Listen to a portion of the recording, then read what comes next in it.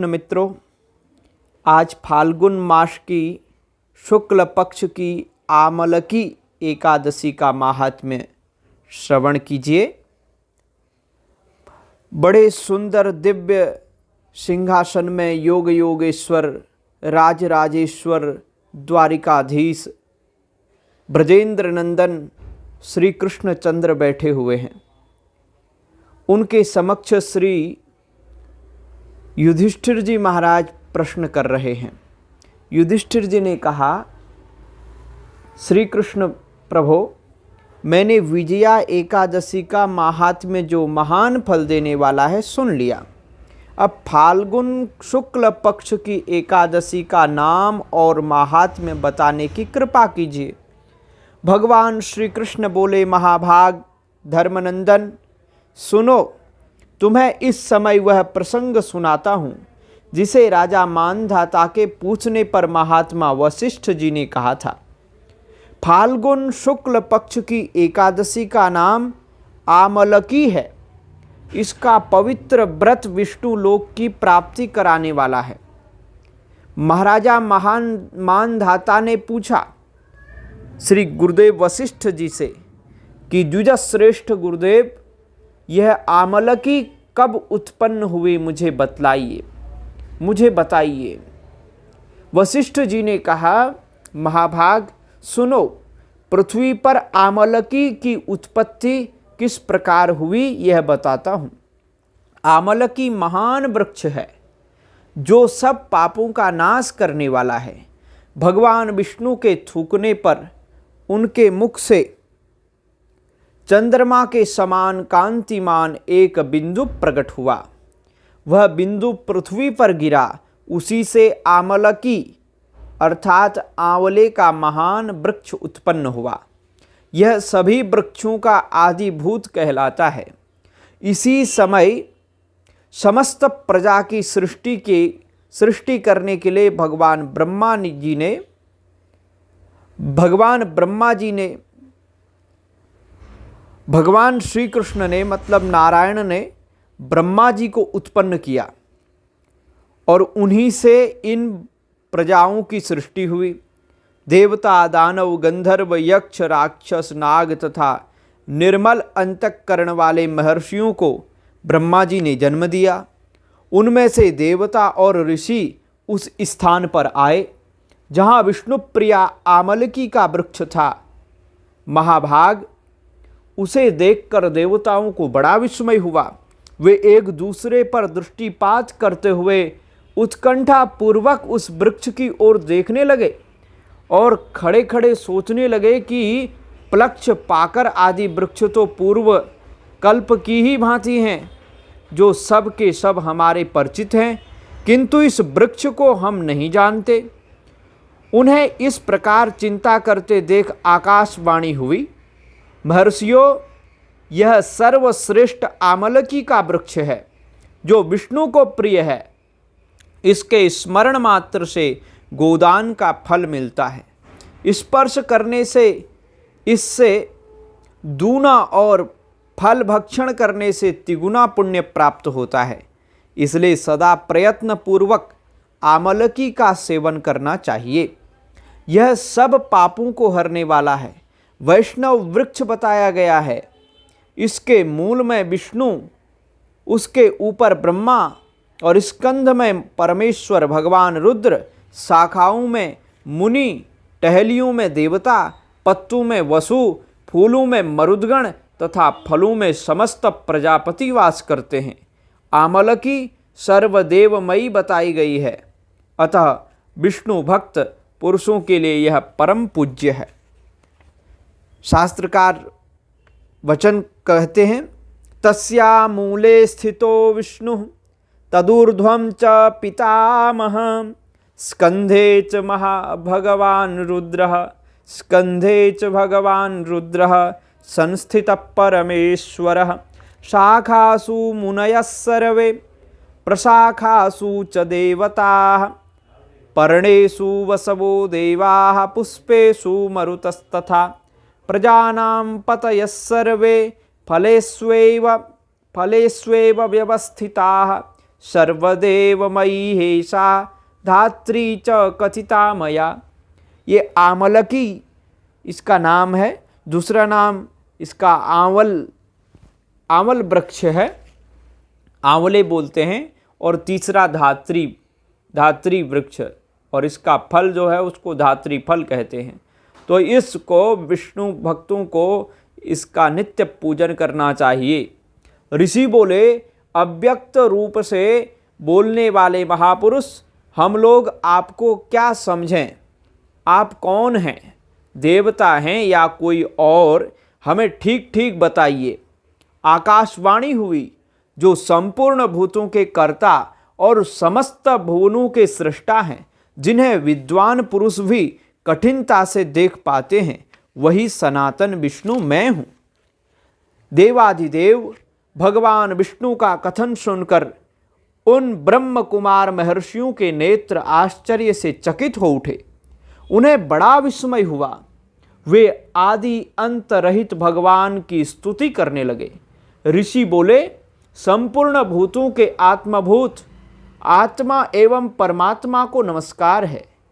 अपनी महिमा से कभी च्युत न होने वाले अच्युत को नित्य प्रणाम है। अंत रहित परमेश्वर को बारंबार प्रणाम है।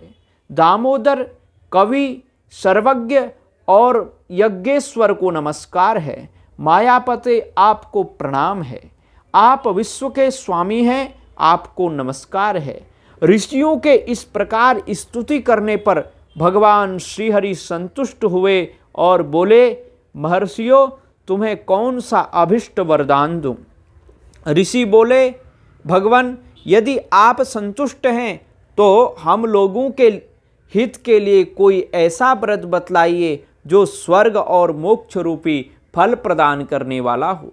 श्री विष्णु बोले, महर्षियों, फाल्गुन शुक्ल पक्ष में यदि पुष्य नक्षत्र से युक्त द्वादशी हो तो वह महान पुण्य देने वाली और बड़े बड़े पातकों का नाश करने वाली होती है। द्विजवरो, उसमें जो विशेष कर्तव्य है उसको सुनो। आमला की एकादशी में आंवले के वृक्ष के पास जाकर वहाँ रात्रि में जागरण करना चाहिए।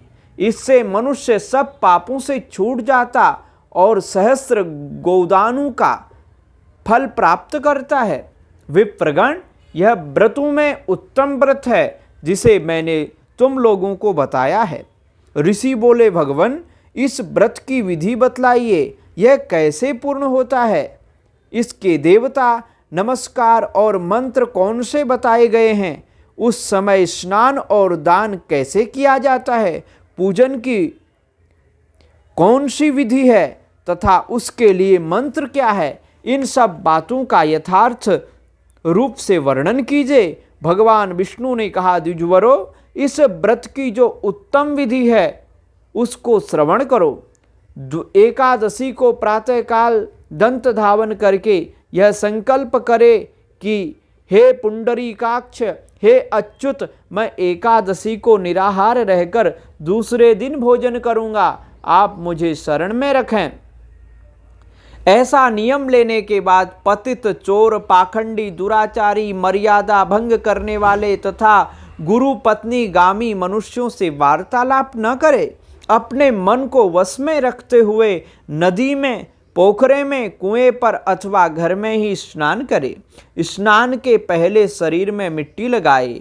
मृत्तिका लगाने का मंत्र इस प्रकार है, अश्वक्रांते रथक्रांते विष्णुक्रांते वसुंधरे मृत्तिके हर में पापम जन्म कोट्याम समर्जितम। एक बार फिर उच्चारण कर लीजिए, अश्वक्रांते रथक्रांते विष्णुक्रांते वसुंधरे मृत्तिके हर में पापम जन्म कोट्याम समर्जितम। हे वसुधे, तुम्हारे ऊपर अश्व और रथ चला करते हैं तथा वामन अवतार के समय भगवान विष्णु ने भी तुम्हें अपने पैरों से नापा था। मृत्तिके, मैंने करोड़ों जन्मों में जो पाप किए हैं, मेरे उन सब पापों को हर लो। फिर उसके बाद स्नान करें। स्नान करने का मंत्र है, त्वं मातः सर्वभूतानां जीवनं तत्तु रक्षकम् स्वदेजोभिजजातीनां रसानां पतये नमः। स्नातोऽहं सर्वतीर्थेषु हृदप्रस्रवणेषु च नदीषु देवखातेषु इदं स्नानं तु मे भवेत्। स्नान के मंत्रों को दोहरा लीजिए। त्वं मातः सर्वभूतानां जीवनं तत्तुरक्षकं स्वेदजोद्भिज्जजातीनां रसानां पतये नमः। स्वेदजोद्भिज्जजातीनां रसानां पतये नमः। स्नातोऽहं सर्वतीर्थेषु हृदप्रस्रवणेषु च नदीषु देवखातेषु इदं स्नानं तु मे भवेत्। जल की अधिष्ठात्री देवी, हे मातः, तुम संपूर्ण भूतों के लिए जीवन हो, वही जीवन जो स्वेदज और उदभिज जाति के जीवों का भी रक्षक है। तुम रसों की स्वामिनी हो, तुम्हें नमस्कार है। आज मैं संपूर्ण तीर्थों, कुंडों, झरनों, नदियों और देव संबंधी सरोवरों में स्नान कर चुका। मेरा यह स्नान उक्त सभी स्नानों का फल देने वाला हो। विद्वान पुरुषों को चाहिए कि वह परशुराम जी की सोने की प्रतिमा बनवाए। प्रतिमा अपनी शक्ति और धन के अनुसार एक या आधे माँ से सुवर्ण की होनी चाहिए।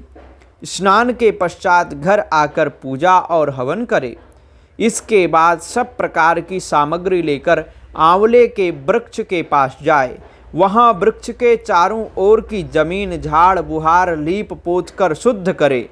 शुद्ध की हुई भूमि में मंत्र पाठ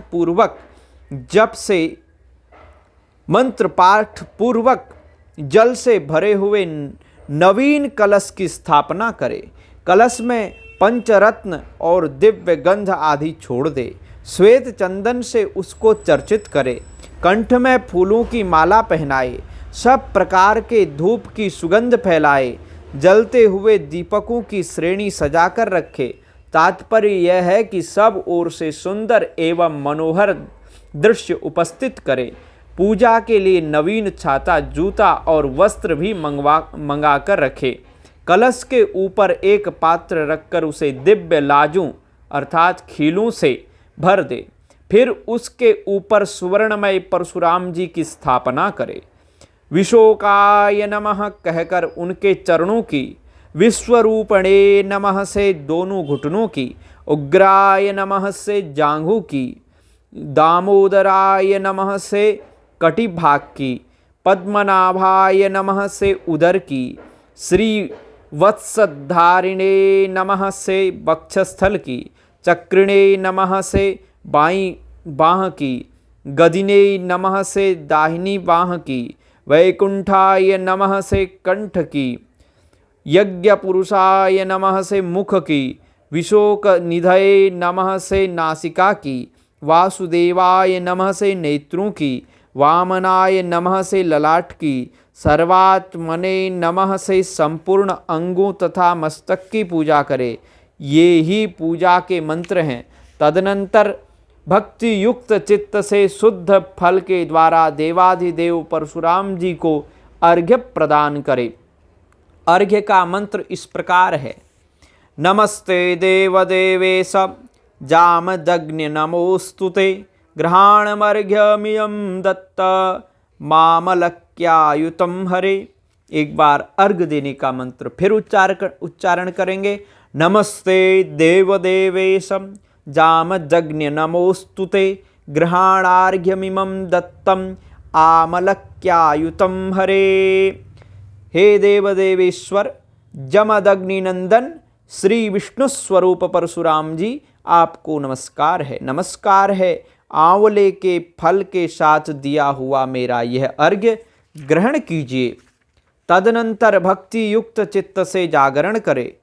नृत्य, गीत, वाद्य, धार्मिक उपाख्यान तथा श्री विष्णु संबंधिनी कथा वार्ता आदि के द्वारा वह रात्रि व्यतीत करे। उसके बाद भगवान विष्णु के नाम लेकर आमलकी वृक्ष की परिक्रमा 108 या 28 बार करे। फिर सवेरा होने पर श्री हरि की आरती करे। ब्राह्मण की पूजा करके वहाँ की सब सामग्री उसे निवेदित कर दे, अच्छी दक्षिणा दे और वस्त्र आदि से उन्हें प्रसन्न करे। परशुराम जी का कलश, 2 वस्त्र, जूता आदि सभी वस्तुएं दान कर दे और यह भावना करे कि परशुराम जी के स्वरूप में भगवान विष्णु मुझ पर प्रसन्न हो। तत्पश्चात आमलकी का स्पर्श करके उसकी प्रदक्षिणा करे और स्नान करने के बाद विधि पूर्वक ब्राह्मणों को भोजन कराए। भोजन के बाद भी ब्राह्मणों को दक्षिणा दे। तदनंतर कुटुंबियों के साथ बैठकर स्वयं भी भोजन करे। ऐसा करने से जो पुण्य होता है वह सब बतलाता हूँ, सुनो। संपूर्ण तीर्थों के सेवन से जो पुण्य प्राप्त होता है तथा सब प्रकार के दान देने से जो फल मिलता है वह सब उपर्युक्त विधि के पालन से सुलभ होता है। समस्त यज्ञों की अपेक्षा भी अधिक फल मिलता है। इसमें तनिक भी संदेह नहीं है, संशय नहीं करना चाहिए। ये सत्य और तथ्यात्मक बात है। यह व्रत सब व्रतों में उत्तम है, जिसका मैंने तुमसे पूरा वर्णन किया है। वशिष्ठ जी कहते हैं, महाराज मानधाता, इतना कहकर देवेश्वर भगवान विष्णु वही अंतर्धान हो गए। तत्पश्चात उन समस्त महर्षियों ने उक्त व्रत का पूर्ण रूप से पालन किया। नृपश्रेष्ठ, इसी प्रकार तुम्हें भी इस व्रत का अनुष्ठान करना चाहिए। भगवान श्री कृष्ण कहते हैं, युधिष्ठिर जी, यह दुर्धर्ष व्रत मनुष्य को सब पापों से मुक्त करने वाला है। बोलो एकादशी मैया की जय।